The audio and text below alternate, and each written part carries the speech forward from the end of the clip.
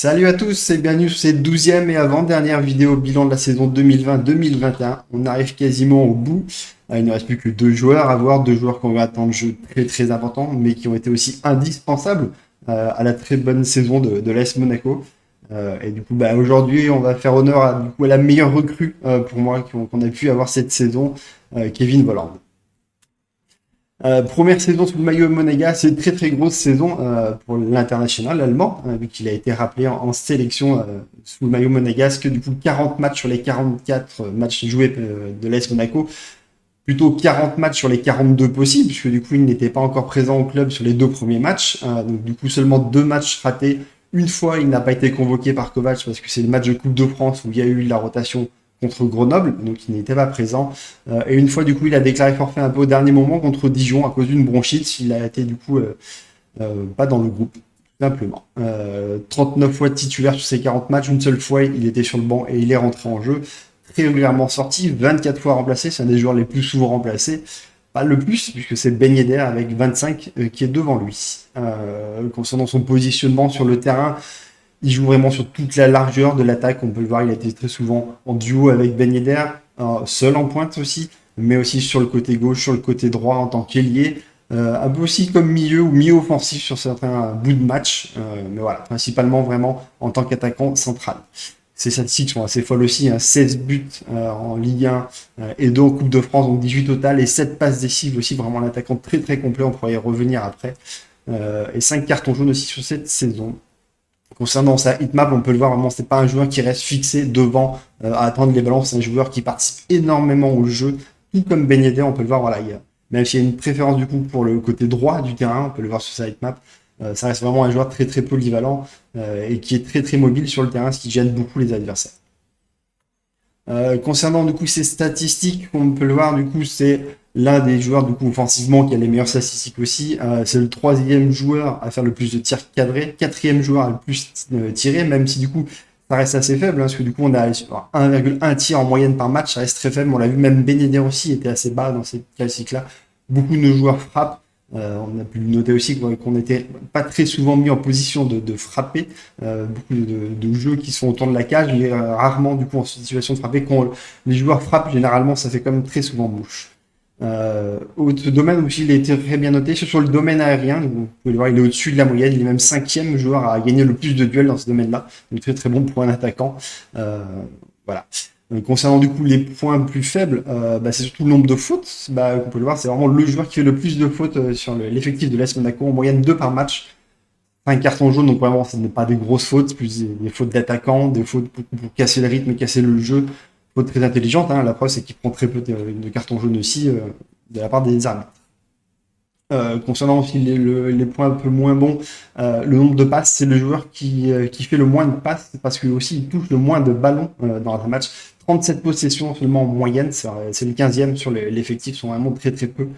On avait bien vu sur Ben Yedder qui touchait très peu de ballons aussi. C'est encore plus le cas avec Kevin Volland. Concernant ses notations qu'il a pu avoir, début de saison un peu compliqué. On l'a beaucoup critiqué sur son peut-être surpoids qu'il pouvait avoir, sur sa vitesse qu'il avait. Il est vraiment très très lent, très très mou sur le début de la saison. Ça a été très compliqué à se mettre en place. C'est-à-dire que du coup, c'est un nouveau championnat, des nouveaux partenaires, nouveaux clubs. Euh, il faut forcément un petit temps d'adaptation. Il y a eu déjà un très bon match contre Strasbourg où il a fait une double passe décisive, mais c'est vraiment face à Bordeaux où il inscrit son premier doublé qui lance vraiment sa saison et derrière il nous fait une saison vraiment formidable et exceptionnelle. Juste pour, on va dire, un peu passer le milieu de saison où ça a été un peu plus compliqué après, mais voilà, il y a une période où il est vraiment extraordinaire entre décembre et surtout janvier.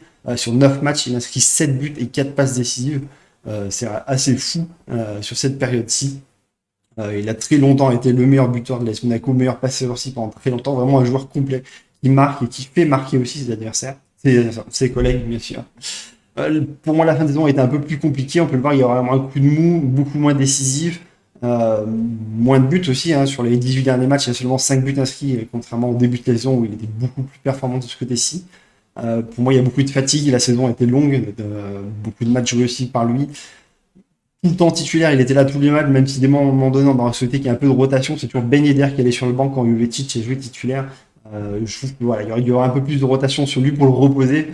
Mais c'est vrai que ça reste vraiment un élément très très important dans le système du 3-4-3 mis en place par Kovac. Et ce qui explique du coup qu'il a été surutilisé et qui pour moi a eu une baisse de régime sur la fin de la saison. Concernant les notes qu'il a pu recevoir des médias, tous le classent troisième hors l'équipe. Encore une fois, on en revient toujours à eux qui ont des notations très différentes des autres médias, donc qui le classent sixième avec 5,44 de moyenne. Ce qui fait que du coup, bah, au lieu de se retrouver à une troisième place, comme on aurait pu logiquement le penser, du coup, il est que quatrième avec 5,93 de moyenne sur l'ensemble des médias. Concernant ses bons matchs, ses tops et ses flops, du coup, il est élu 4 fois. On pourrait penser à plus, mais bon, malheureusement, non, il n'y a que 4 matchs où c'est vraiment lui qui obtient la meilleure moyenne. Du coup, contre le Paris Saint-Germain, le fameux match du coup, où on fait la remontada. Lors de la victoire à 0 à Dijon, le gros match forcément contre Lorient et contre Angers, des matchs bien sûr où il est double buteur, où il fait vraiment de très très bons matchs. À l'inverse du coup, 3 matchs où il est nommé boulet du match, donc la moins bonne moyenne de tous les joueurs qui ont reçu des notations. Contre Brest, le match nul contre Lille et la défaite contre Rennes, à chaque fois, il est sur le terrain et il n'apporte absolument rien. On a vraiment du mal à le trouver, il ne frappe quasiment pas, il touche une dizaine de ballons dans le match, donc forcément sur cette fin de saison, c'est surtout ça qu'on a vu. Très régulièrement, il s'en est sorti en arrivant à mettre un but. Alors, il n'est pas dans le match et du coup, il arrive à mettre un but, il arrive à faire sa passe décisive, ce qui lui a permis du coup de tenir de bonnes notes au final, quoi. Mais c'est vrai que très régulièrement, on a pu voir qu'il passait comme à travers de certains matchs. On peut le voir du coup bah, par rapport là où il est positionné dans les notations, 13 fois dans le top 3, 16 fois dans le top 5, ça veut dire que 75% de ses matchs, il est dans les 5 meilleurs joueurs de l'AS Monaco, donc vraiment de très très bonnes notes, mais à l'inverse, du coup, jamais fois dans le milieu, il est dans le flop 3, du coup les 25% de ses matchs restants, donc c'est un peu du tout ou rien avec lui. Bien sûr, du tout ou rien, on est quand même largement sur du tout, hein, avec 75%. Sur son classement pendant au fil de la saison, je le disais, début de saison assez compliqué, il faut attendre du coup les 8 premiers matchs pour vraiment lancer sa saison et décoller complètement, devenir vraiment le joueur décisif de l'AS Monaco, la plus grosse menace. Il va jusqu'à prendre la première place. Il y a des petits changements du coup avec Diop, avec Chouameni, on le verra bien sûr sur la prochaine vidéo, mais du coup pendant 15 journées du coup il est en tête sur la totalité de la saison. Il était dans le top 3 quasiment toute la saison aussi. Il faut vraiment attendre du coup bah, sur les 3 derniers matchs pour voir du coup Ben Yedder qui lui à l'inverse fait une très très bonne fin de saison, lui passer devant pour qu'il finisse du coup bah, à la quatrième place. Concernant le bilan de sa saison, du coup, on est sur 18 buts et 7 passes décisives. Il est décisif toutes les 129 minutes. C'est largement mieux que la saison précédente à Leverkusen, qui était déjà très bonne. C'est un grand en dessous de sa saison de 2018-2019, où il était décisif là toutes les 120 minutes, donc on se rapproche quand même. Voilà, on peut le voir que c'est vraiment un joueur qui, quasiment toute sa carrière, est vraiment un joueur très décisif, que ce soit en tant que buteur, en tant que passeur. Je précise que les stats que j'affiche sont des stats venant d'un site anglais, pas des sites allemands, donc c'est pas les statistiques allemandes où pour être passeur décisif, il suffit des fois d'avoir frappé sur le gardien, le ballon repoussé, l'attaquant met un but, vous êtes crédité d'une passe décisive. Une faute sur vous, il y a un penalty, c'est pas le joueur qui inscrit le penalty, un autre joueur, mais vous êtes crédité d'une passe décisive aussi. Voilà.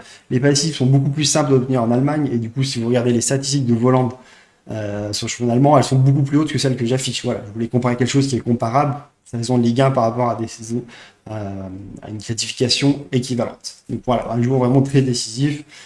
Alors, encore une saison de plus. Concernant du coup sa valeur, qu'on peut voir sur Transfer Mark, il y a un joueur qui est évalué à 30 millions, il en valait 28 quand on l'a acheté, donc il y a une évolution, malgré le fait qu'il ait 28 ans, c'est un attaquant.